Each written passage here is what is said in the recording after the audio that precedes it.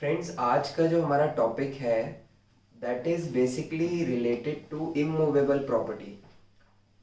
हमारी जो previous videos हैं उसमें हमने बात करी है स्टॉक की, मशीनरी की, प्लांट एंड मशीनरी की। अब हम बात करने जा रहे हैं इमूवेबल प्रॉपर्टी की। और इमूवेबल प्रॉपर्टी में भी जीएसटी का, क्रेडिट का उसमें क्या रोल है लॉस असेसमेंट को करते समय।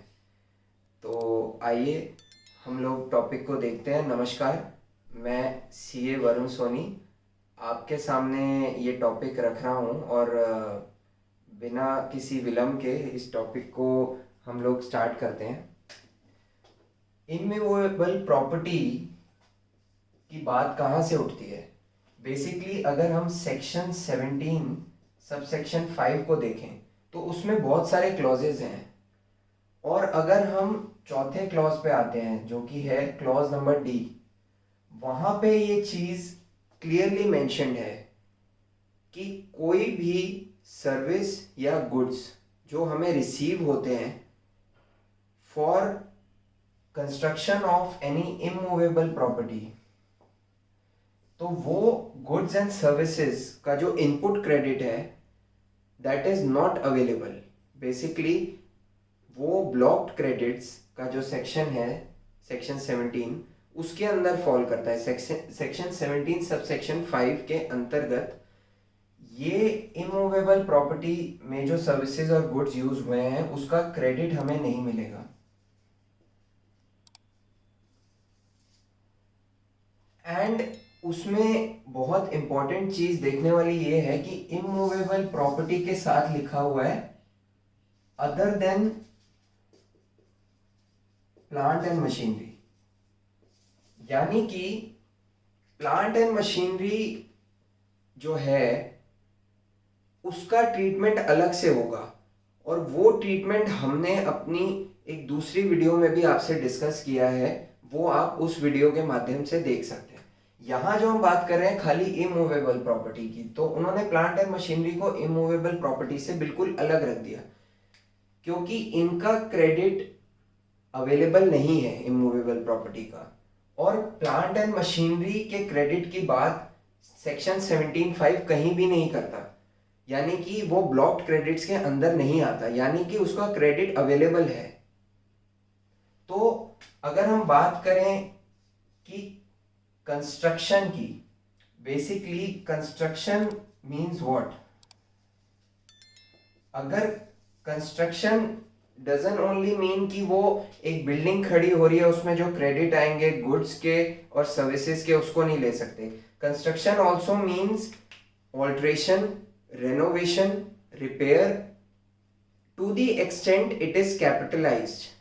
ये वर्डिंग्स है कि अगर वो जो भी पेमेंट आपने करी है अगर उसको आपने कैपिटलाइज किया है that leads to construction.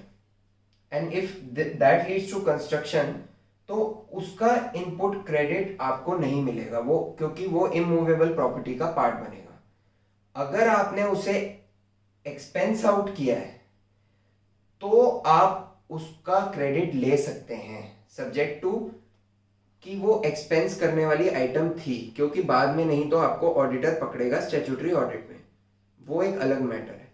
But construction doesn't only mean कि आपने एक बिल्डिंग को बना रहे हैं, दैट ऑल्सो इंक्लूड्स रिकंस्ट्रक्शन। अगर आप तोड़ के बना रहे हैं या आप उसे रेनोवेट कर रहे हैं या आप उसमें कुछ ऑल्ट्रेशंस कर रहे हैं जो कि आपने कैपिटलाइज करी हैं, या फिर आप कोई रिपेयर करा रहे हैं जिसको आप फिर से कैपिटलाइज करेंगे ही, तो वो चीजें उनका इनपुट क्रेडिट आपको अवेलेबल नहीं होने वाला है किसी भी तरीके से। देयरफॉर द क्वेश्चन अराइजेस कि इसकी ट्रीटमेंट हम लॉस असेसमेंट में कैसे करेंगे। मेन मुद्दा यहां पे आता है क्योंकि हम इंश्योरेंस की लॉस असेसमेंट की बात कर रहे हैं, तो अगर उसका क्रेडिट अवेलेबल नहीं है कंस्ट्रक्शन का, that means the same has to be added to the loss assessment. उसमें कहीं रिवर्स करने की या क्रेडिट लेने की कोई बात ही नहीं आती। देयरफॉर कोई भी रिवर्सल या किसी ऐसी चीज की जरूरत नहीं है, ये क्रेडिट आपके लिए अवेलेबल नहीं है, that means it becomes a part of your cost. और वो लॉस असेसमेंट में जो लॉस एडजस्टर है या सर्वेयर है वो आपको ऐड करके देगा और उसकी पूरी वैल्यू इंश्योरेंस कंपनी आपको पे करेगी।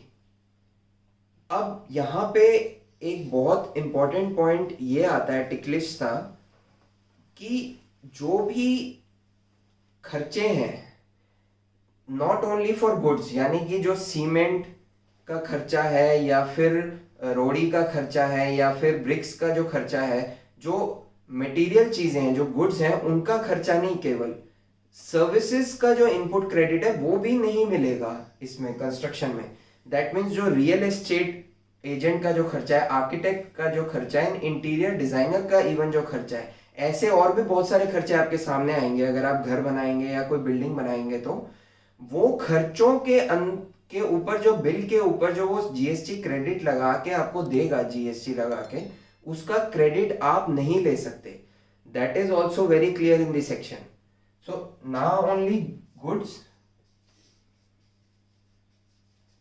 बल्कि सर्विसेज का भी क्रेडिट नहीं मिलेगा।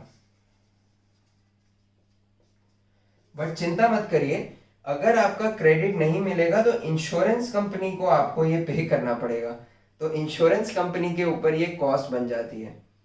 देयरफॉर, बट इसमें एक चीज और भी है ध्यान रखने वाली कि मतलब वो इंश्योरेंस के एंगल से हटके है, वो अकाउंटिंग एंगल से है और इनपुट आपको 3B में लेने के उस एंगल से मैं बता रहा हूँ फर्दर, कि एक बार बिल्डिंग कंस्ट्रक्ट हो गई, बिल्डिंग खड़ी हो गई, एंड रेनोवेशन या कंस्ट्रक्शन का मीनिंग मैंने आपको पहले ही बता दिया है कि रिकंस्ट्रक्शन, ऑल्ट्रेशन, रेनोवेशन या रिपेयर, इनमें से कुछ भी होगा जब वो बन के तैयार खड़ा है। After that if you are taking any housekeeping services आप ले रहे हैं, या आप सिक्योरिटी गार्ड की सर्विस ले रहे हैं, या अदर कोई मेंटेनेंस सर्विसेज ले रहे हैं जिसमें वो बिल में आपको जीएसटी लगा के दे रहे हैं, तो बिल्डिंग बनने के बाद अगर कोई ऐसी सर्विसेज प्रोवाइड करी जा रही है कंप्लीशन सर्टिफिकेट लेने के बाद, उसका क्रेडिट आप बिल्कुल अवेल कर सकते हैं, उसमें कोई भी रोक टोक नहीं है सेक्शन 17 सबसेक्शन 5 क्लॉज डी के अंदर। तो ये एक छोटा सा टॉपिक था जो हम आपके सामने लेकर आए हैं, और आशा करते हैं कि आपको ये टॉपिक पसंद आया हो और आने वाले समय में ये चीज़ें आपको बहुत काम आएंगी। धन्यवाद।